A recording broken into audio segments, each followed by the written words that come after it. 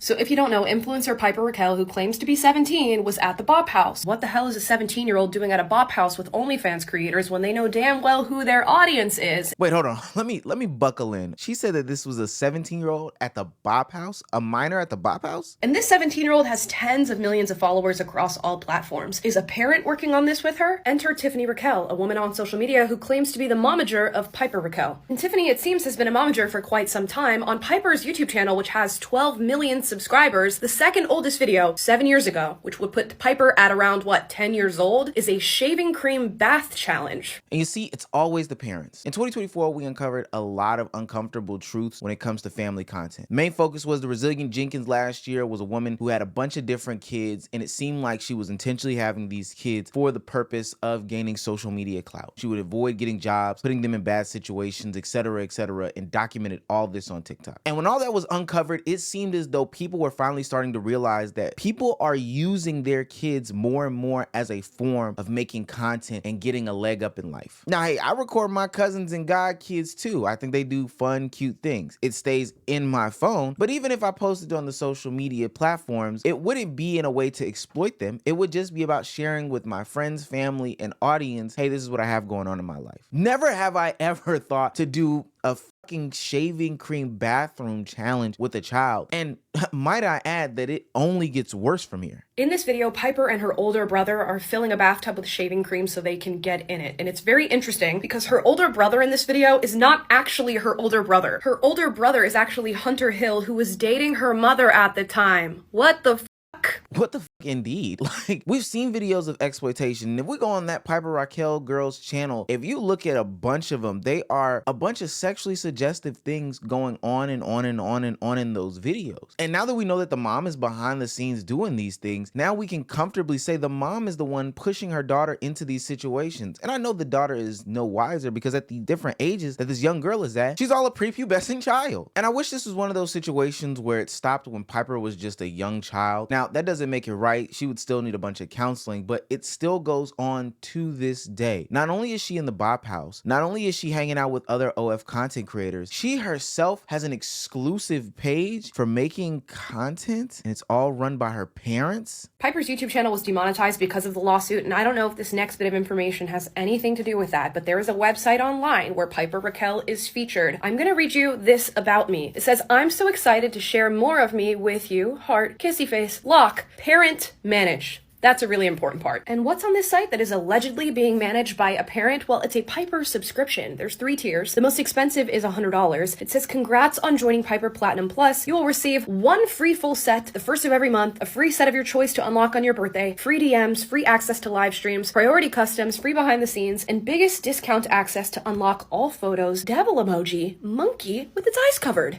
Now, I know that there are going to be some capers and defenders in this comment section. Not really, actually. When it comes to this content, people are really, truly, genuinely on each other's sides with this. But you can even believe what is behind these lock things. Now, I personally did not purchase them. Shouts out to this creator right here, Amala, even though I don't necessarily agree with all of her content. This was a very good deep dive and expose in just this short video. She did more digging than I did, and what she found makes you want to throw up in your mouth. What do you get with these subscriptions? You get pictures of Piper in bikinis and different outfits that are extremely sexually suggestive. I can't show you them on TikTok because I'm pretty sure it's illegal. There is not only the bikini photos and different outfits, there's Playboy imagery in the background. I am also led to believe that Piper has other individuals featured in these photos that are minors. I confirmed at least one of them by looking at the photo and cross-referencing with who Piper has on her Instagram. Yeah, we need Chris Hansen to come back. And it's honestly what I was expecting, but not hoping for. These parents are willing to push the boundaries so far that they are willing to give bloodied up fish to sharks. They are willing to give pig pieces of steaks to lions. They are willing to put their children in these provocative and sexually explicit situations in front of grown eyes. And they know that these are grown eyes. That page has 79,000 likes. If you think about how many people are visiting that site, it is a lot of money, but I can almost guarantee you that 89, 90, 95, 100% of those are grown men preying on that young girl. And it's all being facilitated by two entities, her parents and the bop house. This is a screenshot from one of those videos where Piper is on the ground doing something not super appropriate. This member of the bop house, Alina, actually had a huge problem with Piper being there and acting the way that she was acting in those videos. So Alina refused to show up at the bop house when Piper was there to film. She also posted a video calling out the bop house for letting Piper come over. I spoke about on this channel before the great things that a content house can bring content creators. It can bring collaborations, new ideas, somebody to just pat you on the back when it comes to you creating content. But it should not bring to you or anybody else in that house minors doing explicit things. For those that don't know what the Bop House is, it was started back in 2024 by Sophie Rain and Sophie, two OF content creators. And if you don't know what Bop is, basically they're OF content creators. They're 304s. They are people who put themselves out there for money. They show their goodies, their cookies, their unga mungas, their bazoom bazooms, whatever you want to call it, for $4. The issue is that the content looks very, very, very young, and that the deliberate marketing of youthful personas for adult content is creating a demand for barely legal performers. How much have you made since starting in OF?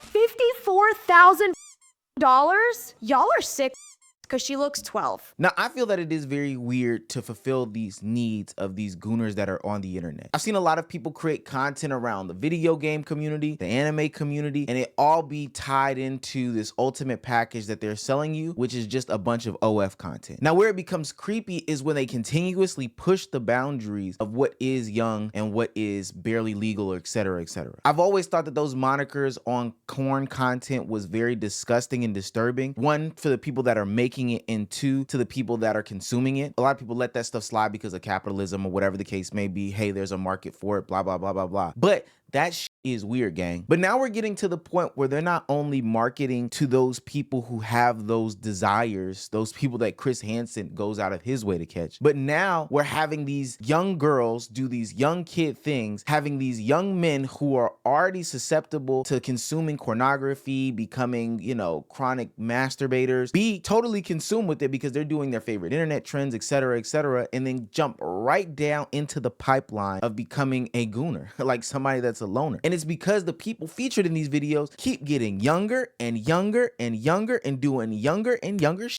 We were in a house that OnlyFans creators were in before. It was there for a few days. They did a bunch of videos in the crib. So I'm telling you, bro, it was like 8-year-olds and shit pulling up. I don't even know if I seen a nigga that was over 15. 8, 9, 10-year-old kids on scooters, bro. I'm not trolling. And I know Agent goes on to say that it's not just adult men, because ultimately these adult men that end up being labeled as the gooners or whatever the case may be are young boys at some point. Those are the young boys that found the pornography magazine. Those are the young boys that opened up somebody's Twitter DMs or saw a nude in somebody's phone, or hell, even at recess got exposed to that type of content by a friend or whatever the case may be. But now we're having those lines be blurred by these honestly marketing geniuses, and I know that's nasty to say, but these marketing geniuses who realize, hey, if the trend is this dance or the trend is this game, I could do this same game. I can wear a little bit of skimpy clothing or whatever the case may be, and then I can get this young boy hooked into my content and then naturally feed him the OF content. So then when it comes to his birthday or comes to Christmas or whatever celebration, when he gets a couple dollars, he can become a subscriber for an extended period of time. And once he's hooked that way, it's pretty much over for him. Now, the Bop House is denying any wrongdoing in any of this, whether it be catering to a younger audience or having a little 17-year-old shake their ass and titties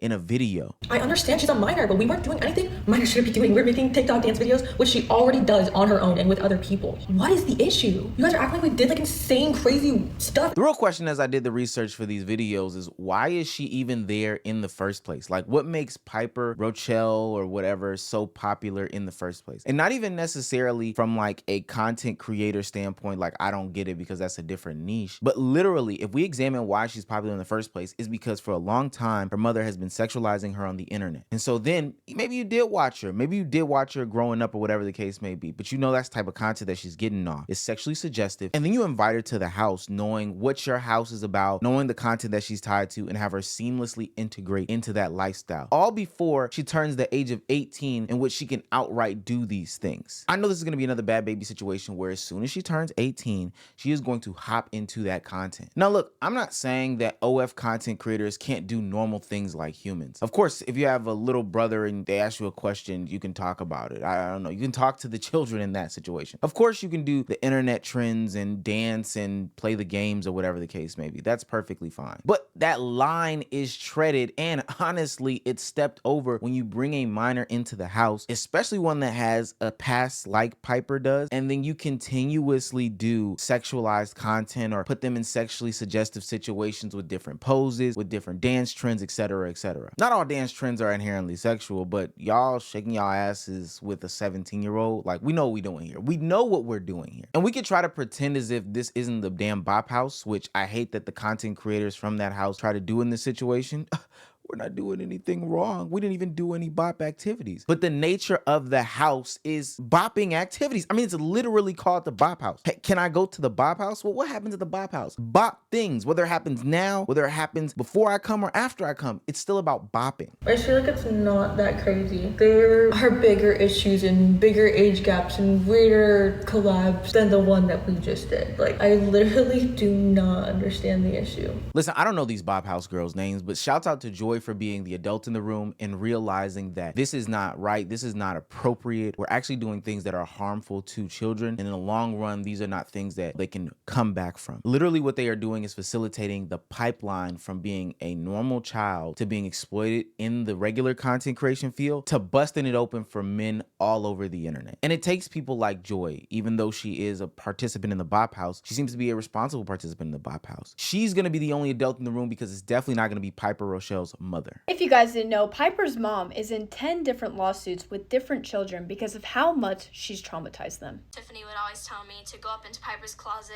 and get something that's more tight and revealing. That is literally Piper's own cousin talking about what this mother did to her. Now, even though this isn't the crackdown that we would like to see, there are states that are introducing some laws that would make it a little bit more obstacle ridden for people to create content when it comes to kids. Now, has nothing to do with sexual content, but they are saying that you do have to put some of the money aside for your kids specifically when you create the content. Illinois is the first state to ensure that child social media influencers are compensated for their work. A new bill protects children under the age of 16 who are featured in monetized online platforms, including video blogs from their parents. It entitles them to a percentage of earnings based on how often they appear. Vloggers would need to keep track and put those earnings in a trust account for when the children turn 18. Otherwise, that child can sue. Now, California enacted a lot of laws too just like that, and why I think it will be good is because this will make people second guess what they do and how much content they can put out, especially when it's based solely around their kids, especially when it comes around exploiting their kids as well, because they don't want to split those earnings. These are money hungry and greedy people. Like, they're literally willing to throw their kids to the predator wolves in order to make a quick buck. Now, while this law isn't enacted in every single state, it looks like Illinois is coming on the train. California has done the same things too, but as of right now, people who are seeing this type of law are running for the hills. They are fleeing to other states because they are that greedy and they don't even want to give up any money to their kids. If you think you had a bad week of work this week, I need you to keep in perspective that you're not one of the child influencers being forced to relocate from California to a rural state because your parents don't want to set up a trust fund and pay you for your work. If I had been taken away from California as a child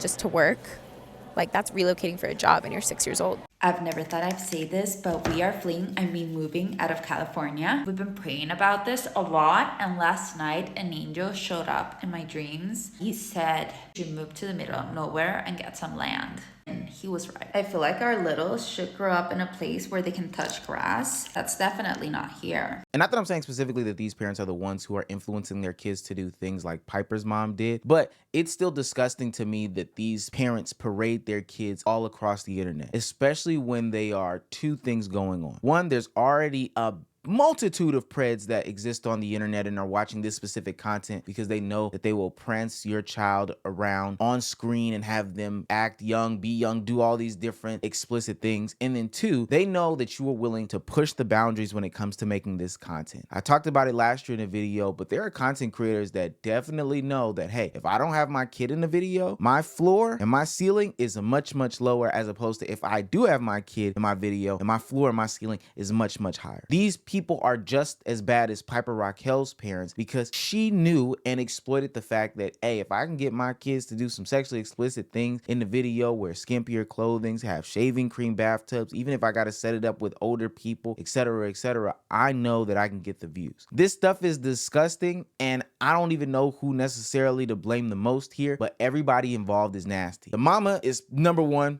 obviously. The people that participated in the bop house who facilitated these babies bopping around is disgusting, and the people that are consuming the content are nasty. I'm glad that these laws are coming onto the books because I don't want to see this disgusting exploitative behavior any longer.